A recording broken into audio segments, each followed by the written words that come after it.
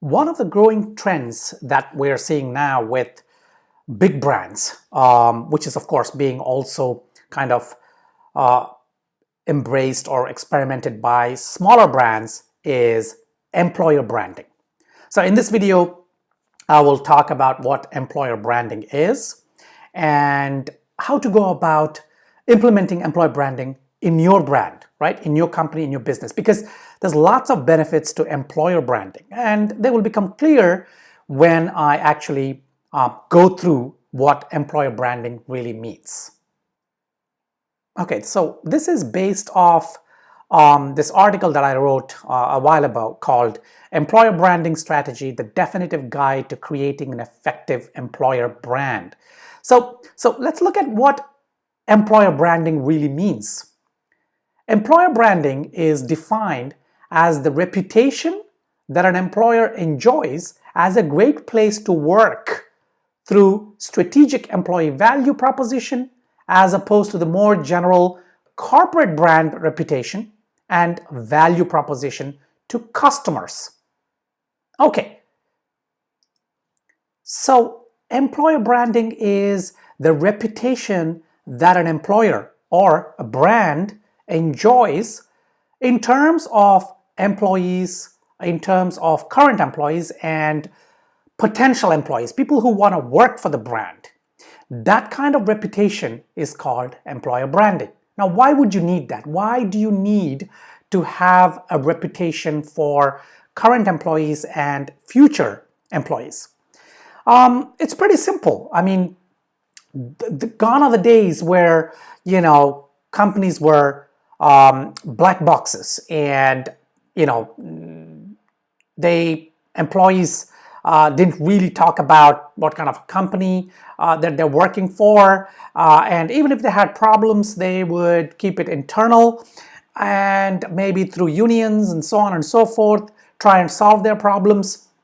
And potential employees wanted to work for brands or companies based on the public perception or the public reputation, and public reputation in the sense as a consumer. So if they felt that GM was a big company, it's a mega company, and people I knew worked for it, I would want to work for it. Not because it was a particularly great place to work or not, because that was never the kind of thing that they really thought of initially.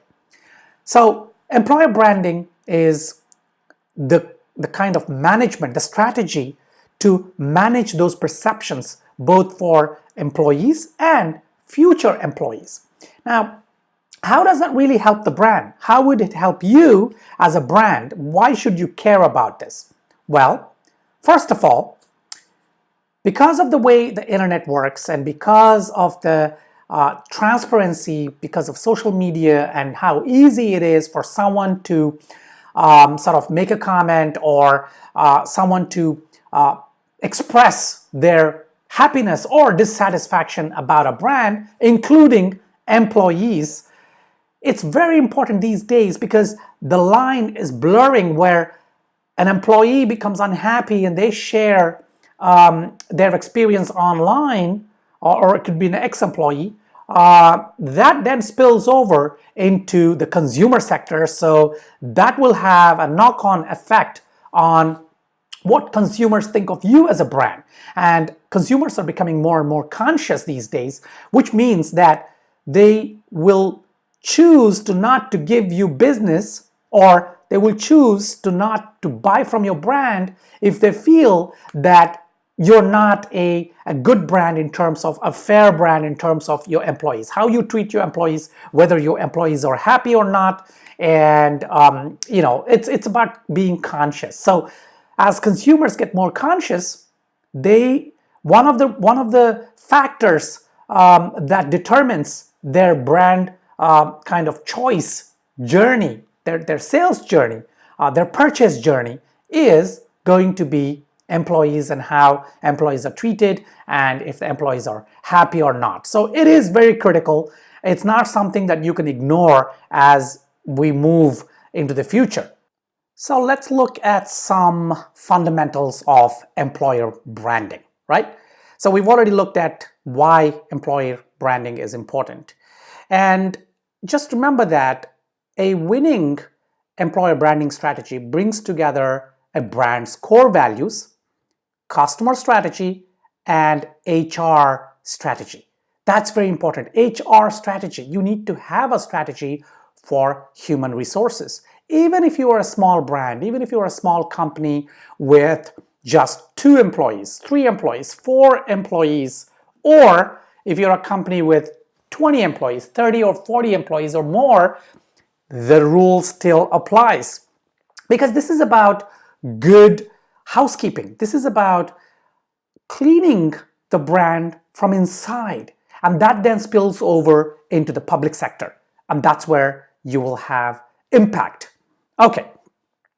So one of the core values of any organization should be to have ethical standards and that they uphold through how they deal with their HR practices and company culture. So that is very important. Employee experience, the fundamental pillar of any employee brand, starts with the employee experience. Now, employee experience is something that in the past, a lot of brands really didn't care, right? So they were of this opinion, or rather this kind of mindset, that you're lucky to have a job with us, and therefore, we will do as we please, and you're at our mercy, and if you don't like it, you can leave, right? Or in fact, if you show resistance, we will kick you out. This was the kind of mindset, the prevailing mindset. But now, brands are fighting for talent. They're fighting for talented people. It's so difficult to hire talented people. Now everyone seems to have talent, but it's hard to find the right kind of talent and to retain that talent. And if you want the right kind of talent to come and seek out jobs with your brand, with your company, then you need to present your brand in the right way. Just like how if you want the right customers to come to you, you need to have a brand strategy. You need to present the right kind of story, the brand story. Just like that, the right kind of talent, the right kind of employees are as important as the right kind of customers. Without the customers, of course, there's no business. But without the right kind of people in the company, you don't have a business. You cannot fulfill your obligations to your customers. And it's like a cycle, right? So if you don't have the right kind of people and you don't provide the right kind of products or service or customer service or whatever it is, then you lose customers. You end up starting where you are. So this is critical, and I know I keep on harping about how critical it is, how important it is, because it's a new concept, and a lot of people, when they listen to stuff about employer branding or whatever, they sort of feel like it's not for us. It's probably something for Google or Apple or BT or whatever. It is important for every single brand, right? Okay, so Denise Leon, she's an employer brand expert, and she says, you can't expect your employees to deliver to customers what they don't experience themselves. That's very insightful, right? If your employees are not happy, then they're not going to deliver happiness to customers. Now, she goes on to say that nearly 70% of American workers are not engaged at work, which is threatening to lead to a culture crisis in corporate America. And then there's an example that comes to mind in the way Marriott brand has an internal strategy to enable their employees to experience all the things that their guests enjoy as part of their training and employer brand strategy.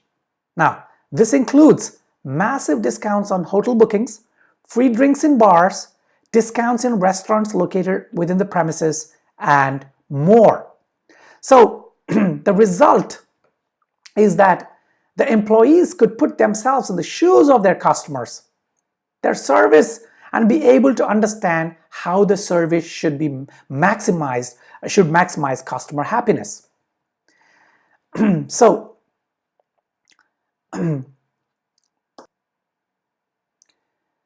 Marriott's founder says this: take care of associates and they will take care of the customers.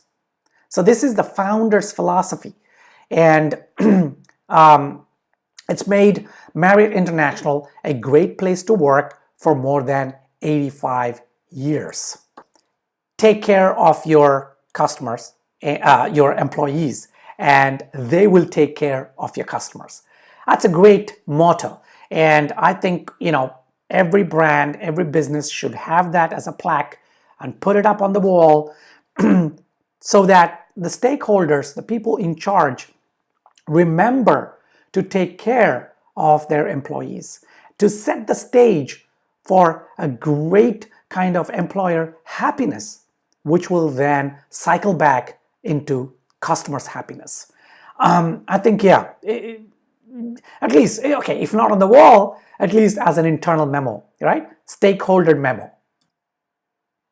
Next is internal communication. Internal communication is another big pillar of your employer brand strategy. So focused and conscious effort must be invested in making sure that your internal communication between the brand, stakeholders, management, and the employees is always transparent, on brand, and something you would be proud of in case it saw the light of day. Now, most often, bad internal communication can lead to an employer branding crisis. Okay, so there's some 18 internal communications best practices from Enplug. Let's go to the Enplug blog and check out what this is. So this is the Enplug blog, and it starts with this: envision, strategize, and plan communications. So good ideas need good strategy to realize their potential. Reid Hoffman says, LinkedIn founder. So envision, strategize, and plan communicate. Just like with a brand strategy, if you don't have a plan, if you don't have a strategy for employees and their happiness, then it'll be hard to implement that, right? It's great to think about it and say, oh yeah, we love our employees, we're going to take care of them, we're going to do this, we're going to do that. But if you don't have a strategy, if you don't have a plan, how you're going to implement that, then it just becomes difficult. It's like how brands go about marketing without having a brand strategy. No wonder they're failing, a lot of them. And I can say that with my hand on my heart because it is the truth, right? People don't like to acknowledge it, but a lot of the brands are struggling in the marketplace. They're not able to get the right kind of audience, the right kind of customers, and they're not able to create that impact because they don't have a brand strategy. And same goes for employee strategy, employee branding strategy. You need it. Next, use the right communication tools, right? So I'm a great believer that any tool that enhances communication has profound effects in terms of how people can learn from each other, says Bill Gates. So it is very important to use the right kind of tools.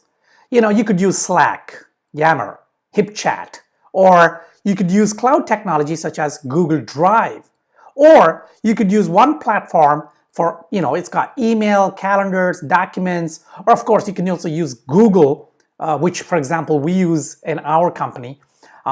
It's a great platform. It's got, email, calendars and everything, and so on and so forth. Next, be visual. Visual express ideas in a snackable manner. That's what Kim Garst says, Boom Social. So visual in the sense that you need to sort of get your ideas expressed and let your employees know what is happening, right? It's got to be informing. So informing your team of company announcements, job openings, sales, and marketing metrics, or non-company specific information like breaking news and so on. Also, it's about inspiring your team by displaying goals, accomplishments, and so on. Entertaining your team with social media feeds, live hashtags, and team photos. Next, number 4, make communications entertaining. Fun is at the core of the way I like to do business, and it's been the key to everything I've done from the outset, says Richard Branson. Number 5, include metrics whenever plausible. Anything that is measured and watched improves, says Bob Parsons, founder of GoDaddy. Number 6, don't lose sight of the big picture. Appealing to a higher purpose helps everyone coalesce and work better together, says Fran of Match.com. Number 7, provide channels for feedback and ideas. Number 8, encourage cross-departmental communication and collaboration. Number 9, avoid communication overload. Number 10, don't just inform, inspire action. Open the lines of communication. Number 11. Number 12, maintain transparency. Number 13, encourage company-related use of social media, right? Number 14, share industry news, trends, and insights. Number 15, use internal communications to recognize and praise success. I think that's very, very critical.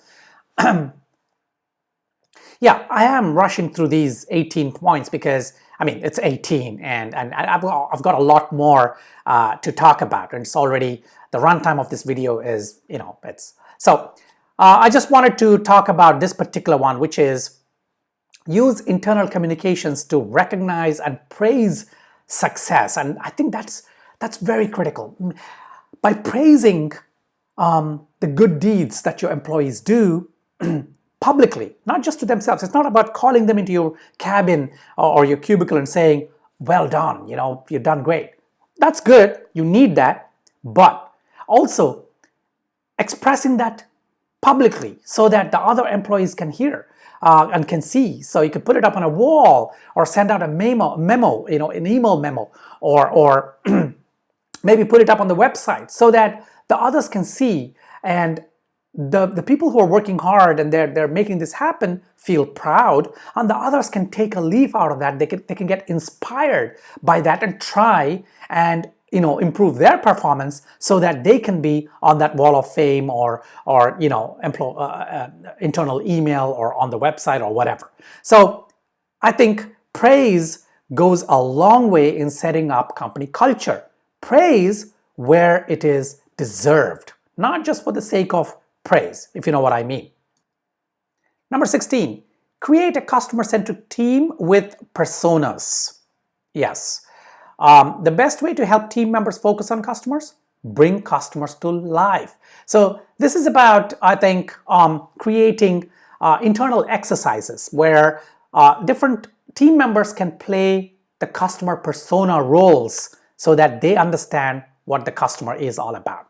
Number 17, promote employee resources and training. Yes, invest in making your employees better. Take them on training courses, even if it's outside the scope of the work. Give them skills so that they feel invested in your company. Think like a marketer. Number 18, it is time for employee communicators to start thinking like marketers, delivering the right information to the right employee at the right time through the right channel. Beautiful. Shell Hall says that. I mean, that's very, I love that. I love that you need to think like a marketer when you are talking about your employees, when you're dealing with your employees. So yeah, I've just rehashed those 18 points here in this article. The next one is recruitment, right? The biggest impact that employer branding has is on recruitment. It's getting harder and harder to recruit top talent, and employees are much more in the driver's seat. And that's what I was saying, that it's hard to get employees, the right kind of employees, talent, so you need to sort of Staying ahead in business is now all about finding new ways to attract and inspire an energetic workforce. So, ask yourself this question: why in the world should an employee choose to work at your organization? What would attract them? It's the company culture. It's not just the money. It's not just the paycheck, right? It's not just things like maybe free lunches or free, I don't know, like free beer on Friday. Yes, those things go a long way, but it's much more than that. It is respect.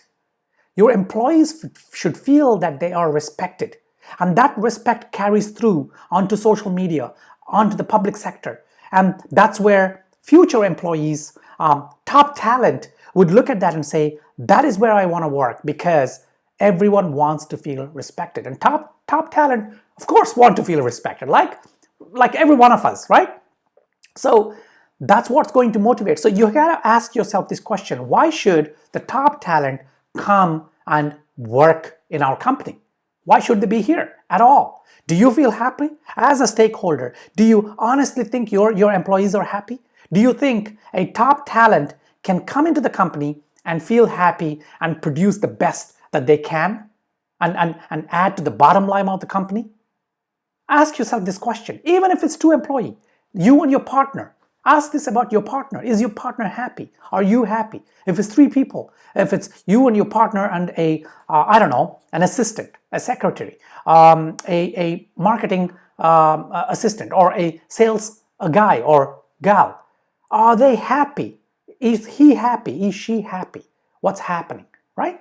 Very, very important. Let's look at the top 10 reasons why employer branding is important. I know I've already talked about it, but I want to kind of reinstate that. It's very critical. So this is from a different perspective. Companies with a stronger employee brand see a decrease of 43% in cost per hire. 67% of job seekers would accept a lower salary if a company has positive reviews online. A bad reputation could cost a company with 10,000 employees $7.6 million in additional wages. That's an example. Employers who fail to invest in their reputation could be paying up to $4,700 per employee hired, right? More. 69% of candidates likely apply to a company if they actively manage their employer brand. 84% of employees consider leaving their current jobs if another company has a better reputation. Oh my God, 84%. Oh yes. 84% of people can leave if they find a better job, or if they find. So what does that mean? So let's say that you're having success, right? Customers love you and your brand, and you're having sales. Your revenue is on the up and rise. Profits are up. Perhaps it could be due to a number of different factors, but it could also be one particular marketer, one particular salesperson, one particular strategist has implemented, like Kaizen, little things, small things that's being implemented slowly, gradually, and you're not really aware of it. You know that person is doing a good job, but not really like the linchpin, right? You don't know that. And let's say that person decides to leave. Then things start to decline, and you would not even realize it, that this happened, because it could take some time before this person, before the effects of this person leaving the company. It might take a little while before you start to realize the effects of it. And what happens? By then, it's too late. And you might not even know about this. So you need to treat employees not as expendable, not as, yeah, sure, I can find somebody else. No. Every employee needs to be treated with respect and needs to be considered as a linchpin in the company. Of course, if you have some bad employees, clearly bad employees who are so bad that you can see what's happening, okay, that's fine. You need to go through the HR process and all that. I'm not saying hold on to employees that are not performing well, are not producing. I'm talking about employees that, that really contribute, that really make a difference, that really create that impact. You need to be careful. 84%, yeah. 88% of millennials believe that being part of the right company culture is important. 72% of recruiting leaders worldwide agree that employer brand has a significant impact on hiring. 79% of job seekers are likely to use social media in their job search. A strong employer brand leads to 50% more qualified applicants. So Link Humans, which is a London's employer branding agency, has put out this beautiful infographic and all this information. And yeah, I just listed them here again. So next is how to develop a winning employer brand strategy. Now, it's important to note that creating an employee branding strategy is just like creating a brand strategy. You need to figure out your value proposition, come up with a brand story, and then figure out how to tell that story clearly through messaging. Okay, let's look at some steps. First, research your competitors, right? Identifying your competitive advantage in terms of employees is critical. Identify the competitive advantage. Okay, so what sets your brand apart from the competition in terms of how employees are recruited, nurtured, and retained, right? You gotta ask these questions. Next, identify your employee value proposition. So your employee value proposition is the values that you as an organization offers to your employees. Design your employee branding design language. Oh yes.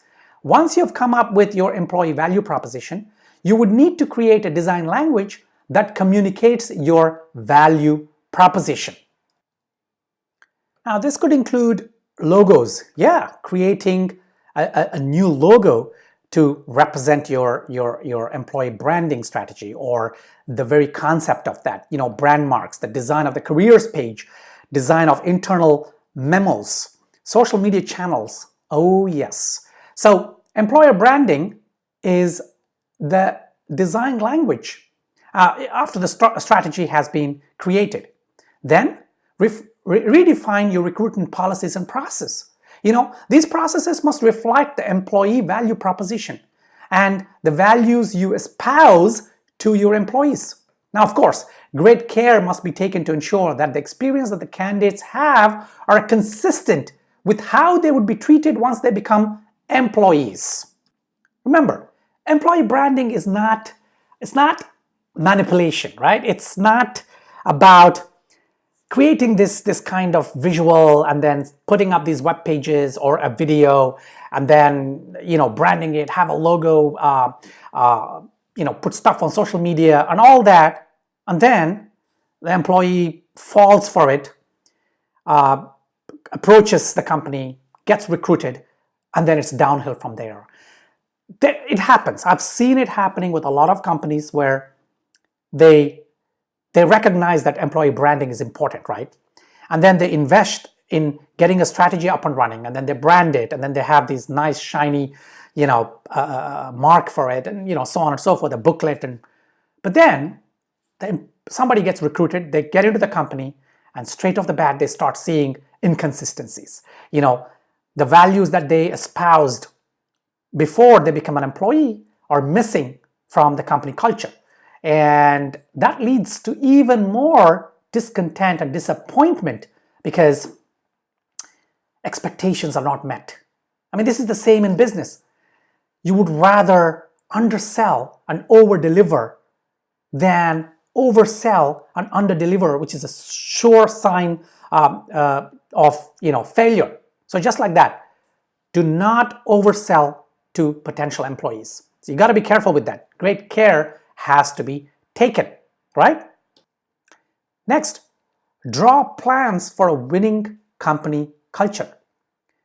Now, a lot of people use Glassdoor. It's a website where employees would can leave reviews on their employers, and that's actually, it's an awesome website, and it actually led to kind of a lot of transparency in a lot of companies. Now, it's got 10 steps. So Glassdoor is recommending these 10 steps, right? Step 1, get input. Get a feel for how your reputation is by conducting internal surveys. Next, define your employee brand. So start off by getting a buy-in from your senior leadership, and then define why people work for you in the first place. Step 3, bring it to life with photos and videos. Step 4, propagate the message. Then, create a community recognition. Create a powerful job description. Optimize the candidate application experience. Turn employees into brand ambassadors. I talk a lot about brand ambassadors for brands. Now, employees are the first brand ambassadors. You, as the stakeholder or the boss maybe, or the founder, of course, are, the first brand ambassador of your brand, but your employees must also be the brand ambassadors. If you are a brand ambassador and you're singing praises of your brand or making your brand look great, and then your employees sort of are, they don't champion your brand, there's going to be a huge disconnect, and seeds of distrust will be sowed, in the consumer's mind, in potential employees' mind. So you got to be really careful about that. Next, build a candidate pipeline, and then finally monitor and measure your effectiveness. So always remember, just like company branding, employee branding is also an ever-evolving process. You need to be constantly monitoring and measuring your effectiveness with things like retention rate, employee engagement, quality of hires, cost per hire, and number of applicants. Now, some great tips there for you.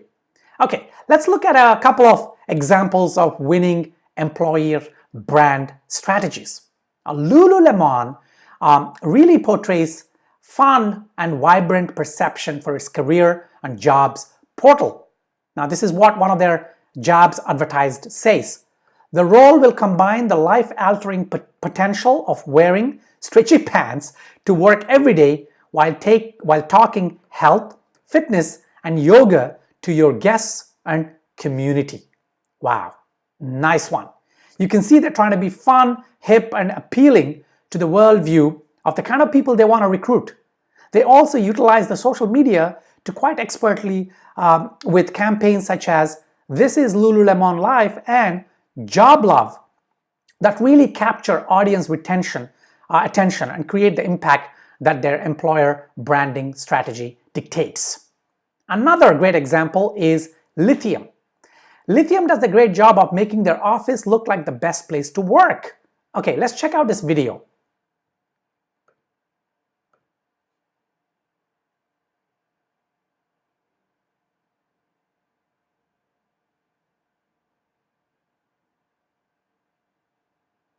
Okay, so they're showing the entrance to the building.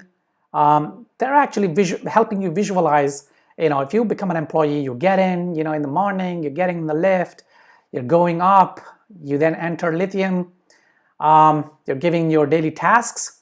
Oh, check that out. People are on their scooters, scooting around.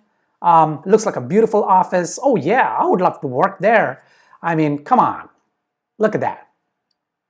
And this got to be genuine, of course, right? This got to be genuine. This is not an act. It should not be an act. Because when you do become an employee and you go there and people are not doing this, if they're, oh, I love that coffee. Team meetings, serious part, they showed the fun, serious, lots of snacks, free snacks, oh yeah. And orientation, clever people. Ooh, technology, collaboration, free lunch, oh yeah. I think it's free lunch, I don't know. Maybe not, could be free lunch, right? And the teamwork, beautiful, beautiful. Casual, so somebody calls you, look at that. People want your Your output. Puzzles. Fun. Hammock in the middle of the office. Oh yeah, table tennis.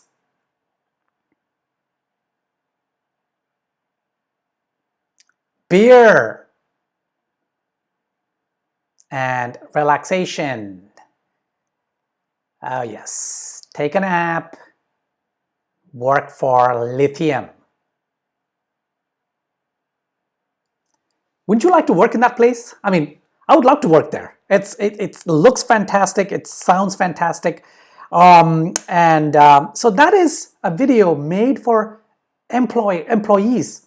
That's not a marketing video. They're not putting it out there to attract customers, right? Well, if potential customers see that, potential partners see that, yeah, they might love it, but it's predominantly made for employees. Now, I want to really emphasize the fact that you got to be genuine. If you end up making a video like that, make sure that it's a genuine thing that happens every day, right? Don't have a script. Don't have something that you record and then put it up there, and an employee would feel like they're being cheated once they get in and they find that people are grumpy. Where's the happy people? Where's the high-fiving? Where's the people with the scooters, right? You go and try and take a nap because you're feeling a little overwhelmed, and somebody comes in and says, "You're not working? What's happening?" You see what I'm saying? So you got to be really genuine. You got to be genuine. You got to make sure that your employer branding, right? Employee branding is on brand, on strategy, and genuine, really genuine, right? Okay, so we've covered a lot in this video. Now I know this is a topic that you got to research, you got to read articles. I'm going to leave a link to this article that I wrote down below. Go check it out, read the full article. It's a long article. And if you have any questions, just reach out to me, right? Ping me and I will try and answer them. And you might say, what experience do you have? Okay, first, we do have employer branding within our company. You might not have seen it on social media or on our website because it is meant for internal purposes and for potential employees. Secondly, I helped clients with employer branding. So we've come up with strategy for them. We've come up with the branding. We've come up with messaging. We've come up with a lot of things that push them in the right direction. So I do have experience having worked and having created employer branding or employee branding. So that's the reason I'm asking you. Just reach out to me and I'll try and answer any questions that you may have. All right, till my next video, take care.